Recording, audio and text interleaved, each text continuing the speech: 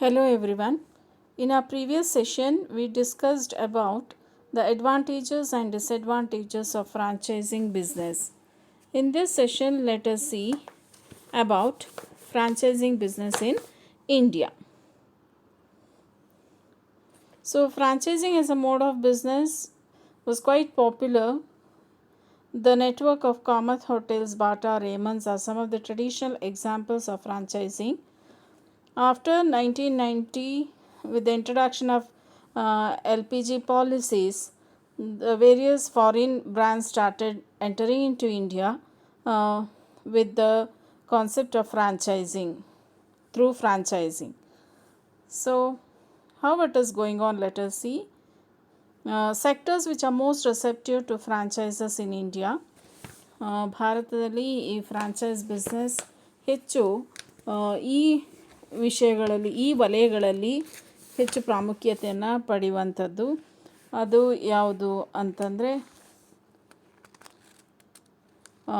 Food and beverages, ಆಹಾರ ಮತ್ತು ಪಾನೀಯಗಳ ಉದ್ಯಮ ಇರ್ಬೋದು, ಹೋಟೆಲ್ಗಳು, ರಿಟೇಲ್ ವ್ಯಾಪಾರ, ಬ್ಯೂಟಿ ಆ್ಯಂಡ್ ಫಿಟ್ನೆಸ್, ಸೌಂದರ್ಯ ಮತ್ತು fitness, health care, medical services, ಆರೋಗ್ಯ ಮತ್ತು ವೈದ್ಯಕೀಯ ಸೌಲಭ್ಯಗಳು, ಶಿಕ್ಷಣ, ಈ ಕೆಲವು ವಲಯಗಳಲ್ಲಿ ಫ್ರಾಂಚೈಸಿಂಗ್ ಬಿಸ್ನೆಸ್ ಹೆಚ್ಚಾಗಿ ನಡೀತವೆ. So in case of food and beverages, if you search in the net, you have franciseindia.com, franchisebazaar.com, franciseindia.net. ಈ ಥರದ ಕೆಲವು ವೆಬ್ಸೈಟ್ಸ್ಗಳಲ್ಲಿ ನಿಮಗೆ ಯಾವ್ಯಾವ ಫ್ರಾಂಚೈಸಿಂಗ್, ಯಾವ್ಯಾವ ಬ್ರ್ಯಾಂಡ್ಸ್ ಅವೈಲೇಬಲ್ ಇದೆ, ಅದರದ್ದು ಫ್ರಾಂಚೈಸಿಂಗ್ ಫೀಸ್ ಎಷ್ಟು ಅನ್ನೋದು ನಿಮಗೆ ನೆಟ್ ಒಳಗೆ ಸಿಗತ್ತೆ.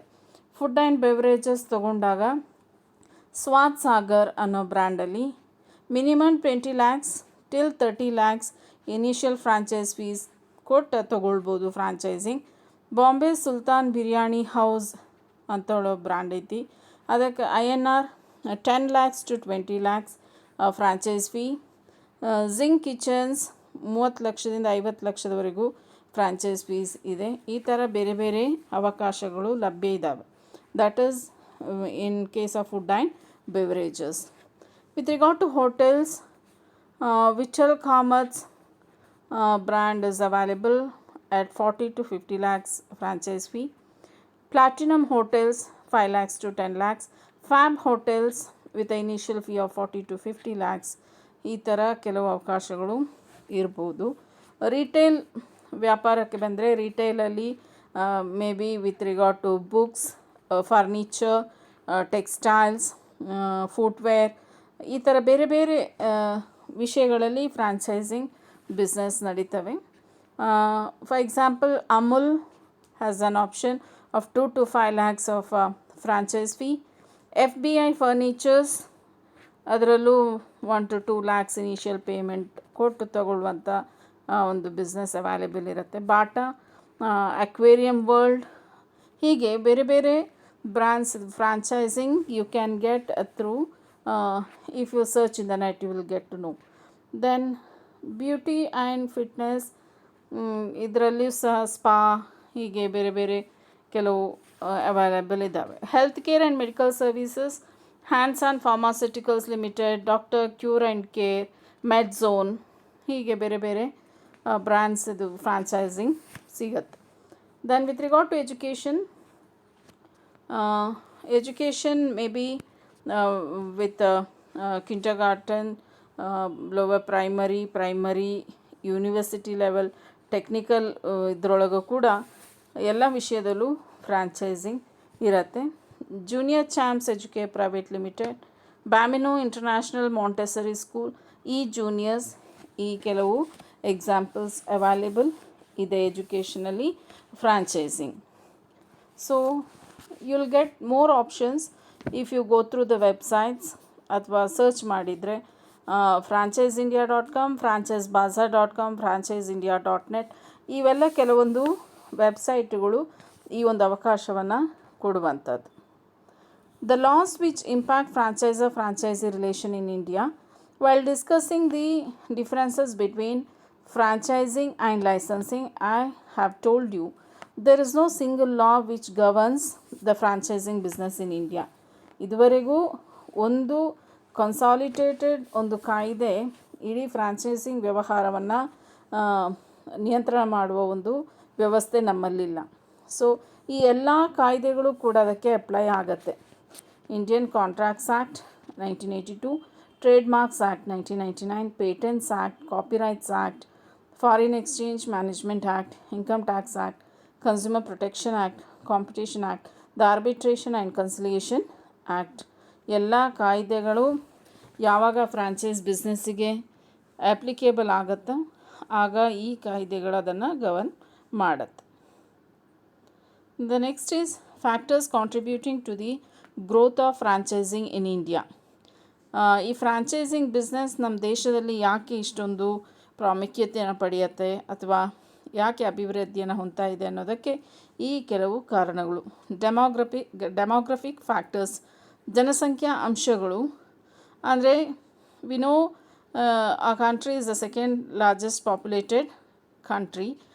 ಜನಸಂಖ್ಯೆಯಲ್ಲಿ 2ನೇ ಸ್ಥಾನ ಹೊಂದಿದ್ದು ಹೆಚ್ಚು ಬೇಡಿಕೆಯನ್ನು ನೀಡ್ತಕ್ಕಂಥ ದೇಶ. With a middle income group having demand for variety of products. So ಇದು ಒಂದು ಅವಕಾಶ ಆಗುತ್ತೆ ಫ್ರಾಂಚೈಸ್ ಬಿಸ್ನೆಸ್ ಮಾಡೋದಕ್ಕೆ. That is why the foreign brands they prefer India for having a franchise business because they get steady demand for their products. Liberalization policies of government on FDI. ವಿದೇಶಿ ನೇರ ಬಂಡವಾಳ ಹೂಡಿಕೆಯಲ್ಲಿ ಸರ್ಕಾರದ ಉದಾರೀಕರಣ ನೀತಿ ಏನು ಹೆಚ್ಚು ಅವಕಾಶಗಳನ್ನು ಕೊಡ್ತಾ ಇದೆ ಹೂಡಿಕೆಗೆ. ಆಟೋಮ್ಯಾಟಿಕ್ ರೂಟ್ ಅದರಲ್ಲೂ ಕೂಡ 100% ಅವಕಾಶಗಳನ್ನು ಒದಗಿಸ್ಕೊಡ್ತಕ್ಕಂಥದ್ದು ಇನ್ನೂ ಹೆಚ್ಚು ಫ್ರಾಂಚೈಸಿಂಗ್ ಬಿಸ್ನೆಸ್ ನಡೀಲಿಕ್ಕೆ ಪ್ರೇರಣೆಯನ್ನು ನೀಡಿರುವಂಥದ್ದು. Growth and development of IT sectors.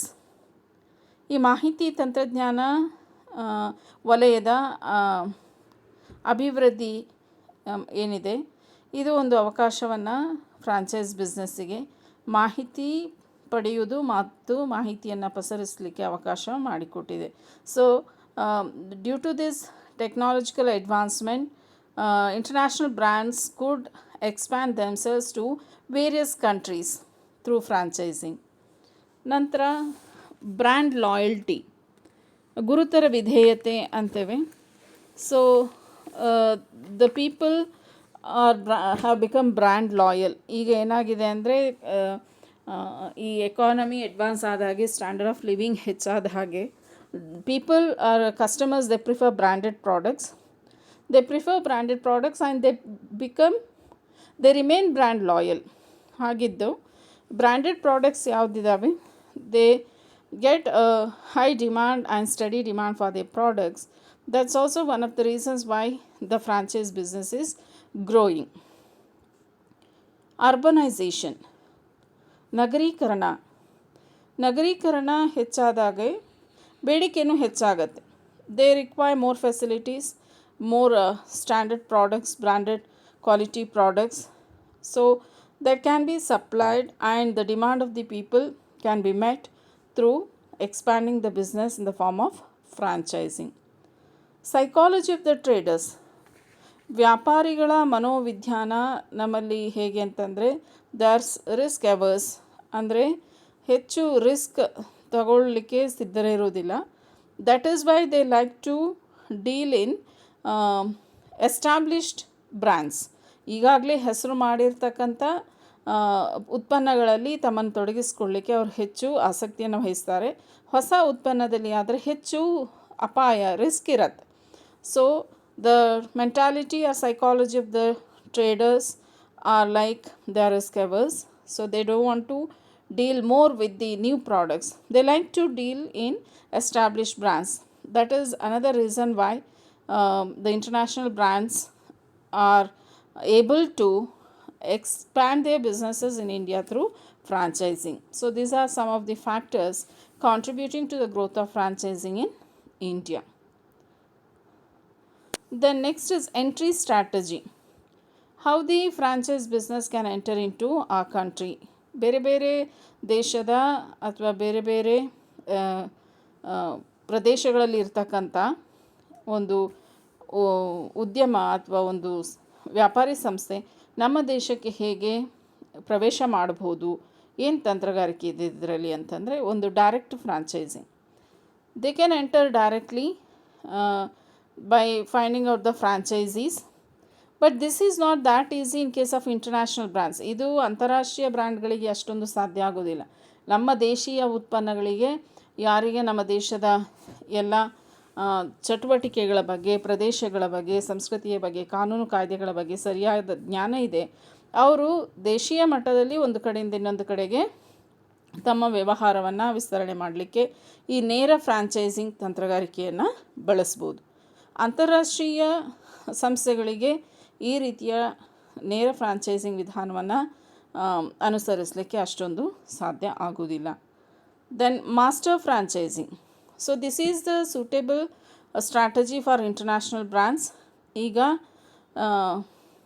ನಮ್ಮ ದೇಶಕ್ಕೆ ಅಂತಾರಾಷ್ಟ್ರೀಯ brands, for example Domino's is an international brand, US based enterprise. ಅವರು ನಮ್ಮ ದೇಶಕ್ಕೆ ಬರಬೇಕಾದ್ರೆ ಈ ಮೆಥಡನ್ನು ಫಾಲೋ ಮಾಡ್ತಾರೆ, master franchising. So Jubilant Food Works Limited ಇಂಡಿಯಾದ ಮಾಸ್ಟರ್ ಫ್ರಾಂಚೈಸರ್. ಯಾವುದು? ಡಾಮಿನೋ ಪಿಜ್ಜಾದ. ಸೊ ಅವರು ಮಾಸ್ಟರ್ ಫ್ರಾಂಚೈಸಿಂಗ್ ತಗೊಂಡು ನಮ್ಮ ದೇಶದಲ್ಲಿ ಈ ಒಂದು ಡಾಮಿನೋ ಪಿಜ್ಜಾ ಬಿಸ್ನೆಸ್ಸನ್ನು ಯಾರ್ಯಾರು ಡೀಲ್ ಮಾಡಲಿಕ್ಕೆ ಆಸಕ್ತಿ ವಹಿಸ್ತಾರೆ ಅವರು ಜುಬಿಲೆಂಟ್ ಫುಡ್ ವರ್ಕ್ಸ್ ಲಿಮಿಟೆಡ್ ಜೊತೆ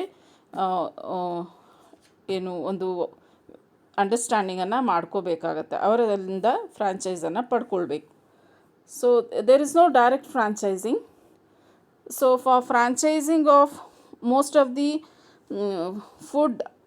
fast food items or fast food brands, it takes place through master franchising, and one of the most popular master franchising is Jubilant Food Works India Limited. Then regional franchising, it is just like master franchising. ಇದು master franchising ಥರನೇ ಇರುತ್ತೆ. Master ಫ್ರಾಂಚೈಸಿಂಗಲ್ಲಿ master ಯಾರಿರ್ತಾರಲ್ಲ, they look into franchising activity throughout the country. ಅವರು franchising ಅನ್ನು ದೇಶದಾದ್ಯಂತ franchisee ಯಾರ್ಯಾರು ಇರ್ತಾರೆ ಅವರಿಗೆ ಅವಕಾಶವನ್ನು ಕೊಡ್ತಾರೆ. In case of regional franchising, it is applicable only to a particular region. ಇಲ್ಲಿ ಮಾಸ್ಟರ್ ಫ್ರಾಂಚೈಸಿಂಗಲ್ಲಿ ವ್ಯಾಪ್ತಿ ಇಡೀ ದೇಶಕ್ಕೆ ಆಗೋದಿದ್ದರೆ, ರೀಜನಲ್ ಫ್ರಾಂಚೈಸಿಂಗಲ್ಲಿ ಅದರ ವ್ಯಾಪ್ತಿ ಒಂದು ಪರ್ಟಿಕ್ಯುಲರ್ ರೀಜನ್ಗೆ ಸೂಕ್ತ ಆಗಿರುತ್ತೆ. ಇನ್ case of local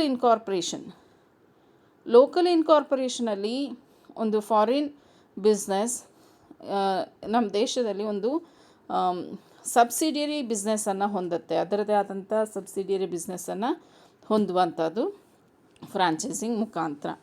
so these are some of the entry modes to get into franchising business in our country. Then Franchising Association of India is an organization which consists of franchisors, franchisees, vendors, consultants, financial institutions. ಇವರೆಲ್ಲ ಅದರ ಸದಸ್ಯತ್ವವನ್ನು ಹೊಂದಿರ್ತಾರೆ. ಇದರ ಮುಖ್ಯ ಉದ್ದೇಶ ನಮ್ಮ ದೇಶದಲ್ಲಿ ಅಗಾಧವಾಗಿರ್ತಕ್ಕಂಥ ಉದ್ಯಮಶೀಲ ಶಕ್ತಿಯನ್ನು ಬಳಸಿಕೊಂಡು ಫ್ರಾಂಚೈಸಿಂಗ್ ಬಿಸ್ನೆಸ್ಸನ್ನು ಹೆಚ್ಚು ಮಾಡಿ ದೇಶದ ಅಭಿವೃದ್ಧಿಗೆ ಅದನ್ನು ಬಳಸ್ಕೊಳ್ಳುವಂಥದ್ದು, ದೇಶದ ಅಭಿವೃದ್ಧಿಯನ್ನು ಸಾಧಿಸುವಂಥದ್ದು. ಇದು franchising association of India. So India is a home to thousands of brands which adopt franchising model. Originally before LPG policies, before 1991 ಅಷ್ಟೊಂದು ಈ ಫ್ರಾಂಚೈಸಿಂಗ್ ಬಿಸ್ನೆಸ್ ಅಷ್ಟೊಂದು ನಡೆದಿದ್ದರೂ ಕೂಡ ಅದು ದೇಶೀಯ ಬ್ರ್ಯಾಂಡ್ಸ್ಗಳಲ್ಲಿ ಮಾತ್ರ ಇದ್ದು, ಅಂತಾರಾಷ್ಟ್ರೀಯ ಉತ್ಪನ್ನಗಳು ಹೆಚ್ಚು ಈ after the LPG policies in 1991 it's increasing at a faster rate, ಹೆಚ್ಚಾಗ್ತಾ ಇದೆ. ಸೊ ಇದನ್ನು ಬಿಸ್ನೆಸ್ ನಡೆಸಲಿಕ್ಕೆ ಆಸಕ್ತಿ ವಹಿಸ್ತಕ್ಕಂಥವ್ರು ಇದನ್ನು ಅವಕಾಶವಾಗಿ ಬಳಸ್ಕೊಳ್ಬೇಕು. So this is all about franchising business in India. Thank you.